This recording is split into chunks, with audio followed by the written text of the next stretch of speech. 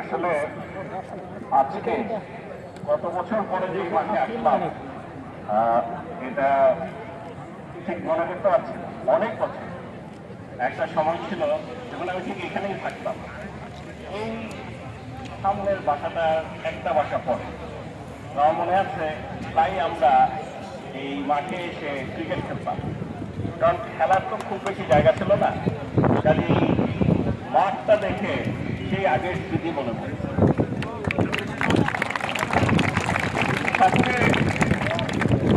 ভালো লেগেছে যে জিনিসটা রেসিডেন্সিয়াল ঢাকা রেসিডেন্সিয়াল মডেল স্কুলে আগেও কিন্তু খেলাধুলা হতো, সবসময় খেলাধুলা হয়ে আসছে, কিন্তু আমি আসলে কখনো এরকম কোনো গেমস অ্যান্ড স্পোর্টস এর ইভেন্ট দেখিনি যেখানে নাকি এতগুলো খেলা, এতগুলো ইভেন্ট, এত অংশগ্রহণ এবং স্কুলের বাইরে থেকেও এত অংশগ্রহণ, এত কম্পিটিটিভ ইভেন্ট, এটা আসলে আমার ধারণাই ছিল না যে একটা স্কুলের মধ্যে করা সম্ভব।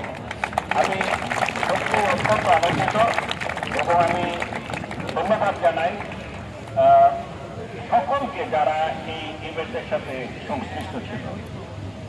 একটা কথা নিশ্চয়ই সকলেরই জানা, এই রেসিডেন্সিয়াল মডেল স্কুলে পড়াশোনা করে খেলাধুলা করে আমাদের জাতীয় দলে অনেক খেলোয়াড় বিগত দিনে আমাদের জাতীয় দলে অংশগ্রহণ করেছে এবং কিছু কিছু খেলায় বেস্ট প্লেয়ার যারা ছিল তারা সব স্কুলে। কাজে এটার একটা ঐতিহ্য আছে এবং আমি একটা জিনিস বুঝতে পেরেছি, যারা এইরকম একটা ইভেন্ট অর্গানাইজ করতে পারে এত সুন্দরভাবে, এতগুলো ইভেন্ট এই মাত্র 4 দিনের মধ্যে, তাদের দ্বারা অনেক কিছুই করা সম্ভব।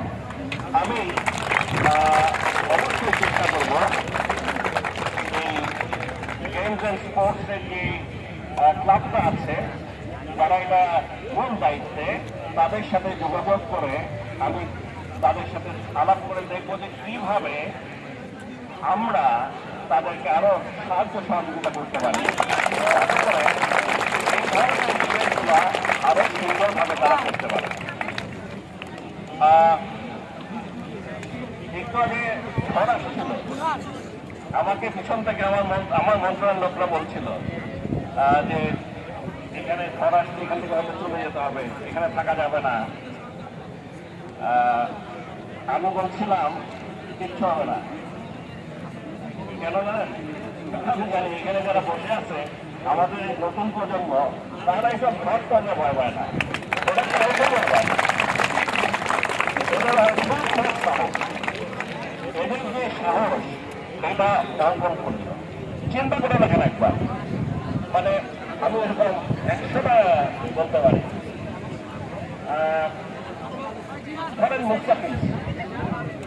মুস্তাফিজ যখন নাকি তার গ্রামে এত কষ্টের মধ্যেও ক্রিকেট খেলার জন্য তার কিছু ছিল না, তারপরে কত কষ্ট করে সে ক্রিকেট খেলার জন্য কত কষ্ট করে সে ওখানে বলটা করত, তখন সে যদি বলতো কাউকে, তার বাবা মা, আত্মীয় স্বজন, বন্ধু বান্ধবকে, আমি বিশ্বের সেরা সেরা ব্যাটসম্যানদের আউট করে নিতে পারি, এটা তার বিশ্বাস করতো? কেউ করতো না। কিন্তু দেখেন সেই মুস্তাফিজ যখন সুযোগ পেল তখন কি না করলো। বাংলাদেশে আজকে যে সফলগুলো, মানে সফলতা এসেছে, বিশেষ করে পেস বোলিংয়ে, এটা তো মুস্তাফিজই লুকিয়েছে। ভারতীয় ক্যাপ্টেনও বলেছে এরকম বল আমি কখনো দেখি নাই, যখন আমাদের সাথে প্রথম সিরিজ হারলো তারা। আসলে এই প্রতিভাগুলো আমাদের সারা বাংলাদেশে ছড়িয়ে আছে এবং এই প্রতিভাগুলো শুধুমাত্রই আমাদের নতুন প্রজন্মের মধ্যেই আছে। সেই জন্য আমাদের নতুন প্রজন্মকে নিয়ে আমাদের সামনে এই দেশটাকে গড়তে হবে। যাই হোক, আজকে আমি আর কিছু বলতে চাই না। যারা এখানে অংশগ্রহণ করেছেন তাদের সকলকে আমি আমার তরফ থেকে ধন্যবাদ এবং অভিনন্দন জানাচ্ছি এবং বিশেষভাবে যারা আজকে জয়ী হয়েছেন তাদের প্রতি হলো আমার অনেক অনেক অভিনন্দন। এই বলে আমার বক্তব্য শেষ করছি। জয় বঙ্গবন্ধু।